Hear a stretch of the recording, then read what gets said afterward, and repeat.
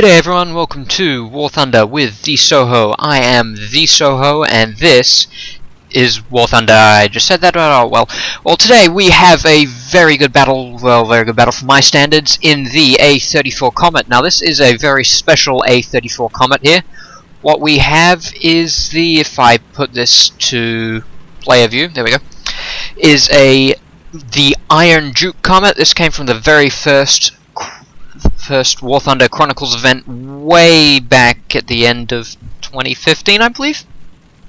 I ran through that and got the Comet. This Comet is the Iron Duke 4. It is modelled after one of the surviving comets left in the world, the Iron Duke. I think that's sitting in the...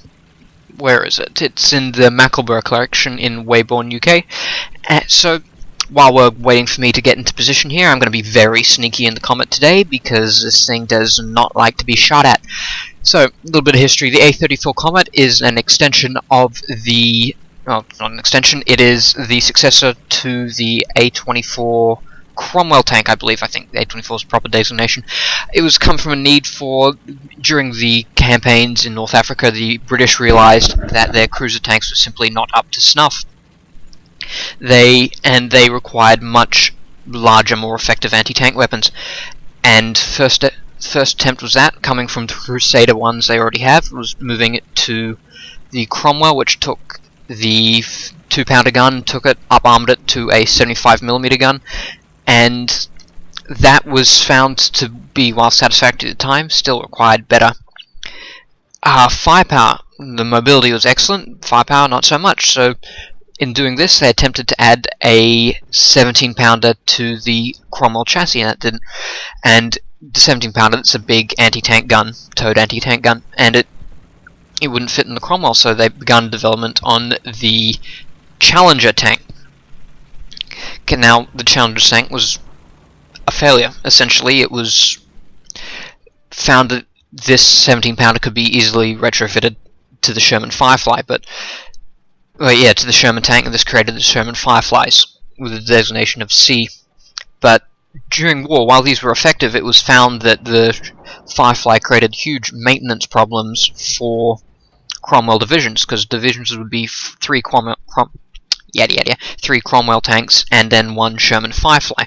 Now, along with different maintenance that both of these tanks needed, it was the obviousness of the Sherman Firefly being different from the Cromwells made it a priority target for any Axis forces to come across. Now, in order to change this situation and get some better... oh, there's an ASU-57 out there, which was very quickly taken out.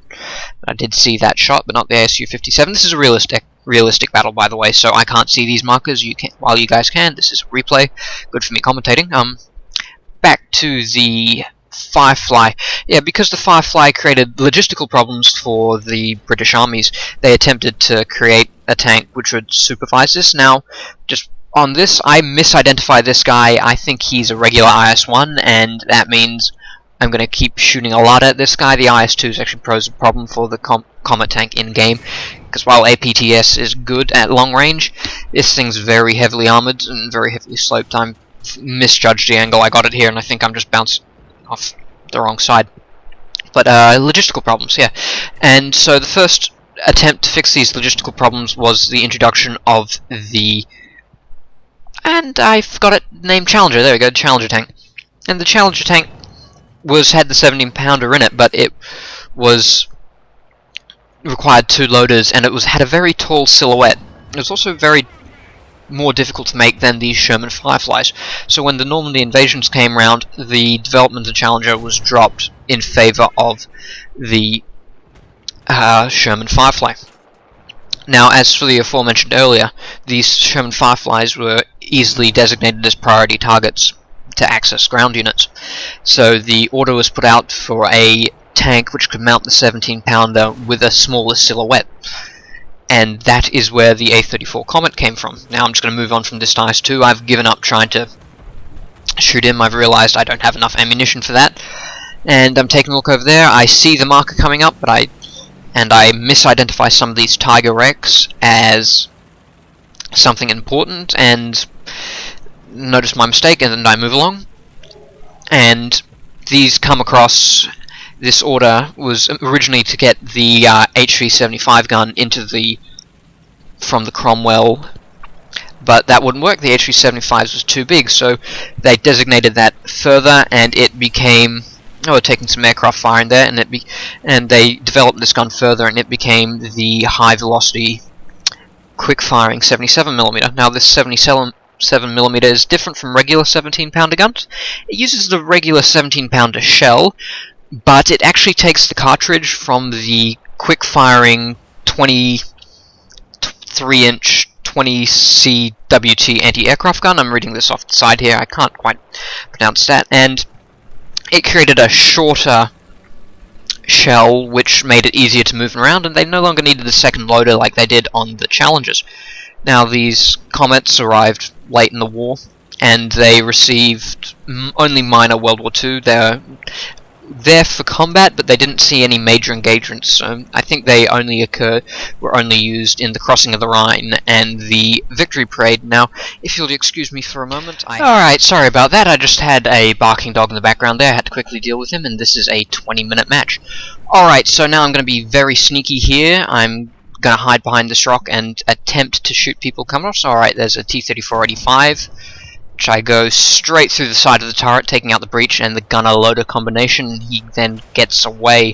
I'm looking at this KV-122, and I forget there's a rock in front of him. That would have been a good shot otherwise, but back while I'm going to hide for a sec. So yeah, the Comet came too late into World War II to see much action, but it did see combat in the Korean War, and I've seen the KV-2 here. I'm going to take an aim of him, just got the top.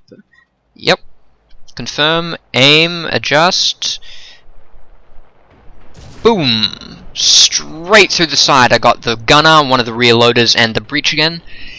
Oh, and there's an 85 coming right through me. I'm very glad I saw him first.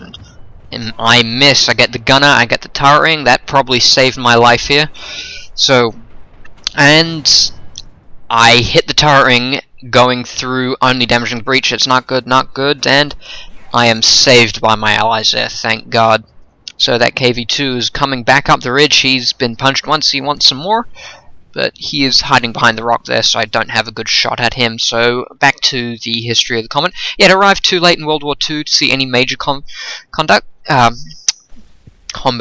There we go, to major combat, but it did see combat in the Korean War, and it was used by the British all the way up until 1958, where it was succeeded completely by the Centurion.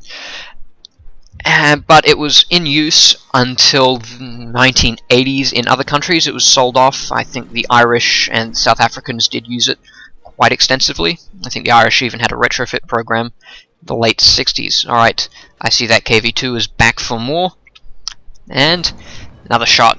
And I aim high that time. I take out the rear loader, but nothing very dangerous. And at this time I think he's found where I am, but I am loaded first. Straight through the front, crew knockout.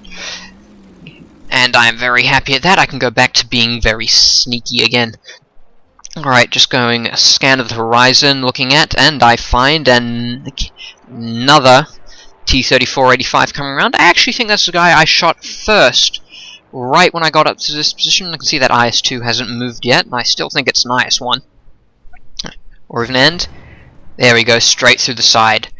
And he's gone, second kill of the match. Alright, I can hear some aircraft coming around. It's not good for me on my toes here. So I'm just scanning the horizon, seeing any black dots moving around. I find out in my settings, because I'm running this off a laptop, woo, I'm broke, and I can see stuff better like this, because you see these big black things moving, and I notice that IS-2 has decided to move. I actually don't know whether this guy is a bot or something, or even if he logged out. I probably don't think he's a bot. I've got bad connection issues. I think this guy might have it as well, because he sat either that or was simply looking for me. And no pen again. That's not good. But he still doesn't seem to want to notice me. So I try again. I get a hit. I go to the side. I take out the gunner, and I think that's the commander up the back there. And I'm going to try again, and no pen. I hit the sloped armor just between the turret ring and the turret. Going to try once more. I seem to be running low on rounds here. I used to keep fairly low rounds in tanks, but now I've been fairly about it. Gonna take one more shot, and I think this guy... I don't know what's going on with this guy. I've hit him a bit, and he's just going forward. He's giving me a better angle there. Gonna have a go, and I go straight through the tracks, goddammit. So he's straightened off now. That's much better for me. And 3, 2, straight through the turret ring there, taking out the gunner and the final crew member. Now he's annoyed me, and I've almost run out of ammo. This is a semi-old replay. I've since started putting better loads into my tanks, so I can hear an aircraft coming around. I can definitely hear something. Oh, there he goes. Oh, he's chasing us, and oh my god, there's a T-34 85 behind me, and in my small panic there, I thought I was in binocular mode, and I meant to hit the right mouse button. I accidentally hit the left mouse button. So there's a good shot straight through the back of the turret, damaging the breech and taking out the gunner-loader combination there of the T-34 85. And now I am going to chase. But, oh, never mind, he's come back for more. So, gonna load, aim at the fuel tanks, and dead-on shot going through the gunner and the loader again. So, first I decide I'll go up, back around, but then I take a look at the ticket counter and the fact that they've got the the cap, and I decide to go back, and that is when this ZSU-57 spots me. He gets a decent shot off at the rear of my turret, taking out my commander loader, and me in my semi-panic here, I forget that the ZSU-57, while it's fairly dangerous to light armored tanks like the Comet and similar, it has trouble going through the front armor of the Comet. The Comet's front armor is hit and miss, so I just put some artillery where I last expected this guy. Just got to remember, guys, I can't see the ZSU-37 anymore because I don't get the markers. I'm in realistic battles here. So that should have given away immediately that something else was shooting at me, but I did not notice that. Or actually, that could have even been an artillery strike, given how much has gone through, and I am in a slight panic here. I know there's not many tanks left on the enemy team, but I just can't tell where this guy is. And I'm expecting them to be on the other side of that building. What I don't realize is there's actually a KV-85 sneaking up on me now.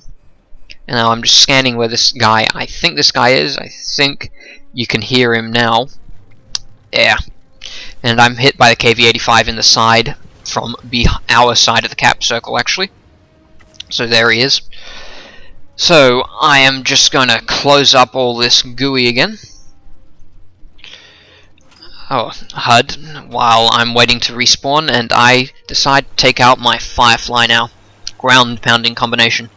I actually really like this Firefly. It's very good ground pounder for its tier. This is mid... yeah, it's the second of the Firefly branch, mid-low tier 3, and it has some really good ordnance. It can carry 1,000-pound bombs. As you can see now, I've got 16 rockets on it, which I find absolutely brilliant when ground pounding like this. So I know immediately that there is an SPAA on the loose and a KV-85. I'm not quite sure where the KV-85 is. I expect him to be over there, but I'm just looking for targets, and here I can see an SPG and another KV-85 down there immediately off the bat, and he's going to come on Sherman on the cap circle there. So launching some rockets down there, and let's go back to player view. Couple of rockets, I get the ZSU there, and oh my god, that was close, but I don't get enough from the KV-85, no direct hits there. I'll take a direct hit with these things to knock him out, but now I'm coming around trying to save the Sherman. The ZSU-37 is at the front, but it has him on the ropes, so... And its guns, those are low, and 2 more rocket volleys in, I take him out. Alright, so now I'm gonna swing around for a bit. I can see a couple of P-47s coming in. Those are going to help take off any remaining enemies on the ground while I take a final run at this KV-85. Got one more set of rockets. Let's see what I can do. Alright, so I'm going for the track shots here with the ground target belts, which I got on. And... no, those are way too short. They drop about 100 meters behind the tank. Well, not even that, probably about 50 meters. And now I am simply on spotting duty at the moment, going around trying to track enemies in the cap circle so those P-47s can take them out. What I should have really done here is actually gone back and for more rockets, and that actually probably cost us the game, because at the moment there's no one left in tanks at all. Because as you can see, we got T-34-85 right by the cap circle, as long with what I couldn't see is another KV-85 up the back. Alright, so for the next 4 minutes or so I am next 2 minutes or so I'm going to go around. I'm trying to spot enemies so I can light them up for the P-47s who have come in with more ordnance. Now I see the 835, the 34-85 in the cap. I don't see the KV-85, which you would see me just fly over. So P-47's coming in, and he takes out the 85, so the cap is basically free once again, but no one here is left on the ground to try and recapture that. Whoa, that was close. I didn't see that. So, but yeah, I really do like the Firefly rank.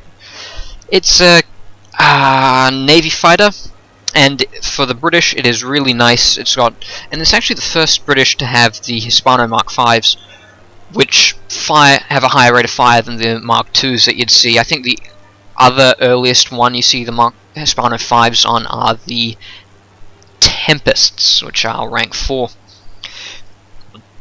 So here we go, and I'm returning back to base now to get my rockets rearmed, and I am way too late. That decision I should have done 2 minutes ago. But unfortunately, that is what I did, and it's a good game for me. It's why it's going up on YouTube. Woo! I don't care what other people think. I like it. You guys will like it too. So slowing down so I can put my landing gear down. But yeah, the Firefly, it's a very good Navy fighter for ground attacking. They're not the best fighter in the world, though. If you're running air belts and an enemy does get in the way, they'll make very quick work of them. But that's the trick. So just doing quick side to side, just to lower my airspeed below 300, and with that I can lower my flaps and put my gear down. I believe the landing speed of the Firefly is about 300 kilometers per hour, and giving the ground crew one hell of a scare to try and slow down there with my recoil. And alright, nose up, tail down, and well, not a perfect 3-point landing because my tail went up in the air. No bounce. I'm very happy with that landing. And there you go, that KV-85 has gone into the cap circle, and he's now taking out the cap, and that's it. With 2 of us in the air, we got no one who can go back and contest that. And me out here, I don't have nearly enough repair rearm skill on my crew, or